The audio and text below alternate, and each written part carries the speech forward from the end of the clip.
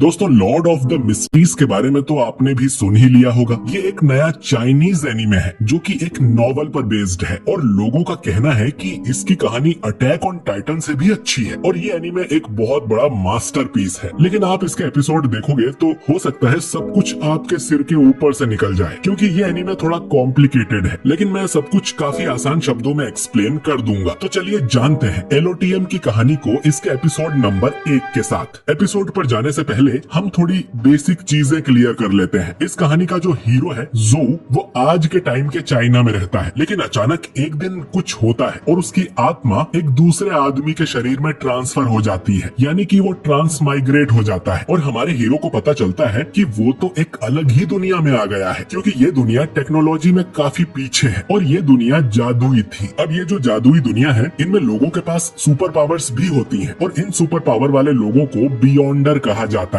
बियॉन्डर बनने के लिए इन्हें एक मैजिक पोशन पीना पड़ता है। पोशन पीने के बाद इनके सामने 22 रास्ते यानी कि पाथवेज खुल जाते हैं और इन्हें डिसाइड करना होता है कि वो कौन से पाथवे पर जाएंगे, क्योंकि हर पाथवे अलग तरह की सुपर पावर देता है। हर एक पाथवे में फिर 9 लेवल्स भी होते हैं जिन्हें सीक्वेंस कहा जाता है। हर सीक्वेंस को पास करने पर इन्हें एक पावर मिलती है और जैसे जैसे ये 9 से 1 नंबर तक जाते हैं, इनकी शक्ति बढ़ती जाती है और जो बंदा 1 नंबर के सीक्वेंस तक पहुंच जाता है वो तो समझ लो कि गॉड जितना पावरफुल बन जाता है। खैर, तो कहानी की शुरुआत होती है 28 जुलाई सन 1349 में। हम हमारे हीरो जोउ को आसमान से गिरते हुए देखते हैं और इसके बाद उसे किसी दूसरे आदमी के शरीर में होश आता है और जिस आदमी के शरीर में जोउ आया है उसका नाम क्लाइन मोरेती था। जोउ को समझ नहीं आता कि वो कहाँ पर है और ये कौन सी जगह है। उसके सिर में एक छेद भी था जो कि अब भर गया था और पास में एक रिवॉल्वर पड़ी थी, जिससे साफ पता चल रहा था कि क्लाइन ने इस बंदूक से खुद को गोली मारी होगी। जिसके बाद जोउ की आत्मा उसके शरीर में आ गई। ठीक इसी समय हम 2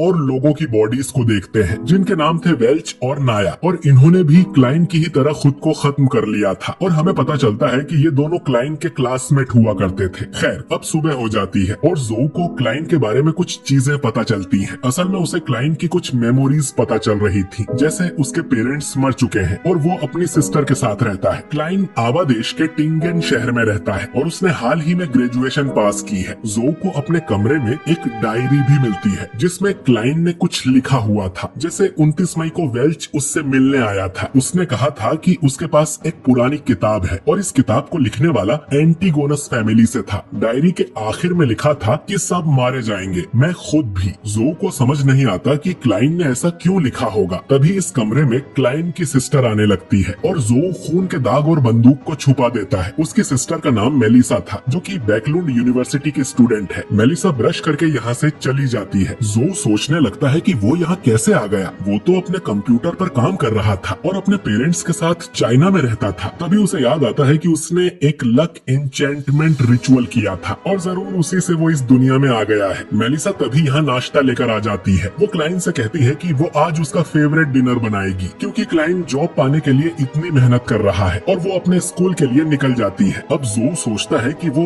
वापस अपना रिचुअल परफॉर्म करेगा और अपनी दुनिया में लौट जाएगा। और इस बंदूक की आवाज तो बहुत लाउड होती है, तो मेलिसा ने आवाज नहीं सुनी होगी क्या। और दोस्तों, अब मैं जोउ को क्लाइन कहकर ही बुलाऊंगा। तो क्लाइन को रिचुअल करने के लिए ब्रेड की जरूरत थी, जिन्हें लेने वो बाहर मार्केट में जाता है। मार्केट वाली लेडी क्लाइन से कहती है कि उसे जल्दी से कोई जॉब ढूंढ लेनी चाहिए और उस गंदे से अपार्टमेंट को छोड़कर किसी अच्छी जगह रहने चले जाना चाहिए। क्लाइन देखता है कि ये जगह भी उसकी दुनिया जैसी ही नॉर्मल है, बस ये टेक्नोलॉजी में काफी साल पीछे है। पर तभी वो कुछ लोगों को पत्ते खेलते हुए देखता है, जो कि आज के जमाने का खेल है। असल में करीब 100 साल पहले रोसेल गुस्तेव नाम का राजा हुआ करता था, जिसने ये पत्तों का खेल, स्टीम इंजन और टेरो रीडिंग जैसी चीजें इजाद की थी। क्लाइन को लगता है कि राजा रोसेल भी उसकी तरह किसी नए जमाने से आया होगा। तभी क्लाइन के पास एक जोकर आता है जो उसे अपने सर्कस में आने का इन्विटेशन देता है। क्लाइन देखता है कि कोई आदमी उसका पीछा कर रहा था, तो वो जल्दी यहाँ से भागने लगता है और छुपने के लिए एक टेंट में घुस जाता है। वो आदमी जेनकिंस भी उसके पीछे जाने वाला था, लेकिन तभी उसे यहाँ एक पुलिस वाला दिखाई देता है, जिसे देख वो वापस मुड़ जाता है। टेंट के अंदर एक टैरो कार्ड रीडर बैठी हुई थी, यानी पत्ते देखकर भविष्य बताने वाली। क्लाइन सोचता है कि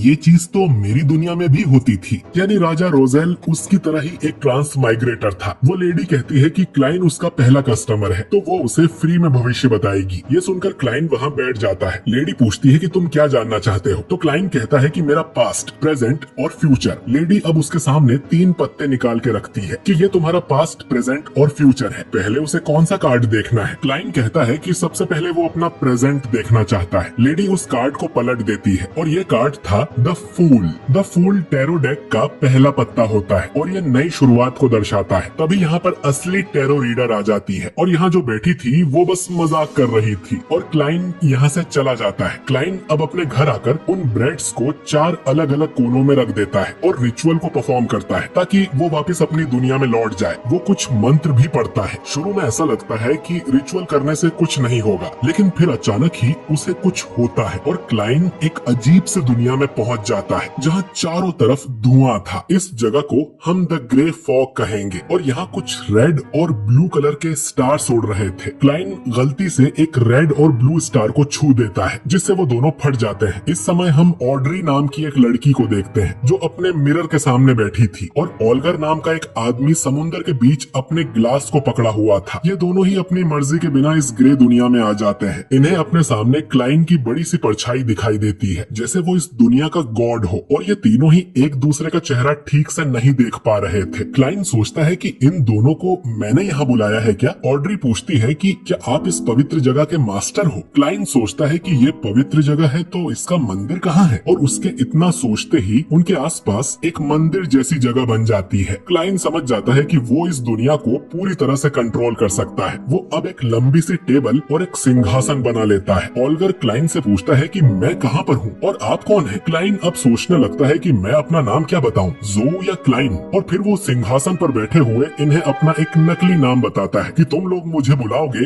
द फूल के नाम से, जो कि उस टैरो कार्ड का नाम था। ऑड्री पूछती है कि मिस्टर फूल, आपने हमें यहाँ क्यों बुलाया है और क्या हम घर जा सकते हैं? क्लाइंट कहता है कि तुम चाहो तो मैं तुम्हें वापस घर भेज दूंगा। वो लड़की इस जादुई जगह को देखकर काफी एक्साइटेड हो गई थी। वो क्लाइंट से पूछती है कि मैं बियॉन्डर कैसे बन सकती हूँ? अब क्लाइंट को तो बियॉन्डर के बारे में कुछ भी नहीं पता था, तो वो बोलता है कि इस सवाल का जवाब तुम्हारे सामने बैठा आदमी देगा। ऑल्गर बोलता है कि तुम जरूर लियोन किंगडम से होंगी, तो बियॉन्डर बनने के लिए तुम्हें एवरनाइट गॉडेस के चर्च को ज्वाइन करना होगा या लॉर्ड ऑफ स्टॉर्म के या किसी दूसरे चर्च को। वैसे बियॉन्डर बनना इतना आसान नहीं है, पर बियॉन्डर सच में होते हैं और वो बढ़ती हुई डार्कनेस से लड़ते रहते हैं। ऑड्री पूछती है कि चर्च के अलावा और कोई रास्ता है क्या? तो ऑल्गर कहता है कि फिर रॉयल फैमिली के पास जाओ या तो मिलेनियम नोबिलिटी के। ऑड्री कहती है कि कोई और तरीका? अब ऑल्गर बताता है कि असल में उसके पास 2 सीक्वेंस 9 के पोशन रखे हुए हैं, एक सेलर सीक्वेंस का और दूसरा स्पेक्टेटर सीक्वेंस का, जिन्हें पीकर वो बियॉन्डर बन सकती है। क्लाइंट समझ जाता है कि यहाँ सुपर पावर्स की बात हो रही है और सीक्वेंस उस पावर का लेवल होगा। उसका ट्रांसमाइग्रेशन और इस ग्रे वर्ल्ड में आना भी किसी बियॉन्डर का काम है क्या? ऑड्री कहती है कि उसने इस आदमी के साथ एक डील कर ली है, वो उसे एक पोशन देगा और बदले में ऑड्री भी उसे कुछ सामान देगी और वो चाहती है कि क्लाइंट ऐसी मीटिंग्स और करे। ऑल्गर भी कहता है कि मिस्टर फूल, आपकी पावर हमारी सोच से भी परे है, तो मीटिंग में छोटी मोटी चीजें हम दोनों ही संभाल लिया करेंगे। ऑल्गर सोचता है कि इस तरह की मीटिंग्स में वो और भी डील्स कर पाएगा। अब क्लाइंट सोचता है कि ऐसी मीटिंग्स करके उसे इस दुनिया के बारे में और भी जानकारी मिलेगी और वो जल्दी अपने घर जाने का रास्ता ढूंढ पाएगा। क्लाइंट कहता है कि ठीक है, हम हर मंडे को 3 बजे मीटिंग किया करेंगे। ऑड्री कहती है कि फिर हम लोगों को भी अपने कोड नेम्स रख लेने चाहिए क्योंकि हम यहाँ अपने असली नाम यूज नहीं करेंगे। अब क्योंकि क्लाइंट ने अपना नाम टैरो कार्ड पे रखा था, तो ये दोनों भी अपने कोड नेम्स टैरो कार्ड्स पर ही रख लेते हैं।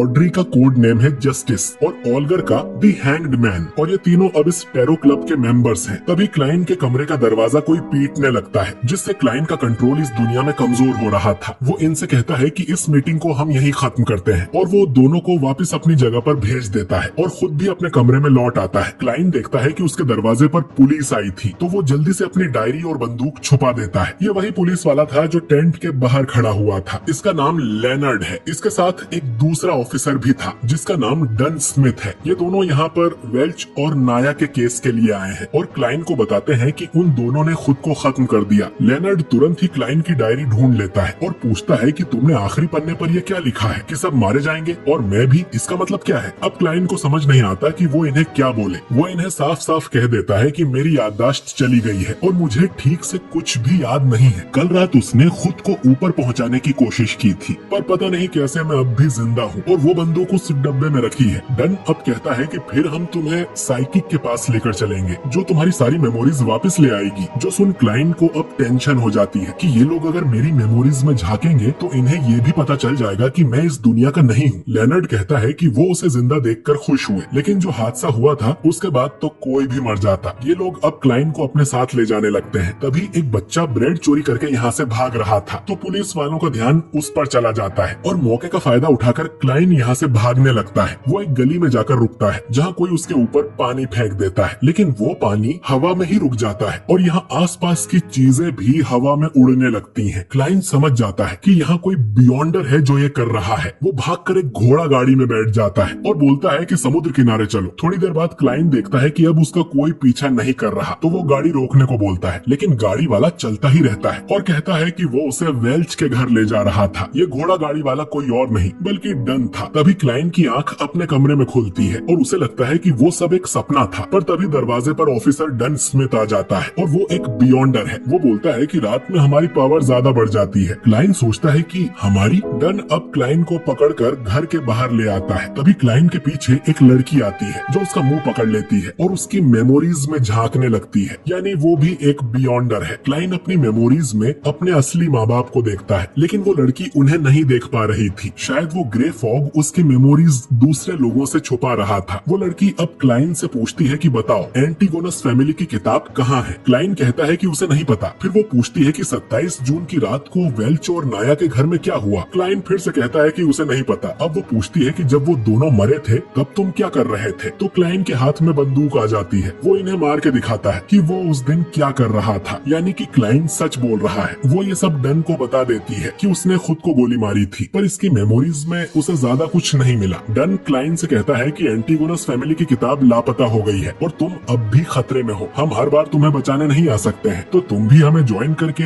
एक बियॉन्डर क्यों नहीं बन जाते। और ये एपिसोड यहीं पर एंड हो जाता है। तो दोस्तों मुझे तो ये पहला एपिसोड बहुत ही अच्छा लगा है। काफी दिनों बाद कुछ नया देखने को मिला है और इसका एनिमेशन भी बहुत ही धांसू था और कहानी काफी इंटरेस्टिंग लग रही है और मैंने जितना हो सकता था उतने अच्छे से एक्सप्लेन किया है। अब क्या क्लाइन बियॉन्डर बन जाएगा? जानने के लिए अगला एपिसोड जरूर देखें। वीडियो पसंद आया हो तो इसे लाइक और शेयर कीजिए और अगर आप चाहते हैं कि मैं अगला एपिसोड भी लेकर आऊं तो कमेंट बॉक्स में टाइप कीजिए द फूल। और अगर आप हमारे चैनल पर नए हैं तो हमारे चैनल को सब्सक्राइब करके बेल आइकन जरूर दबाइए। मैं मिलता हूं आपसे बहुत ही जल्द अगले वीडियो के साथ। शुक्रिया।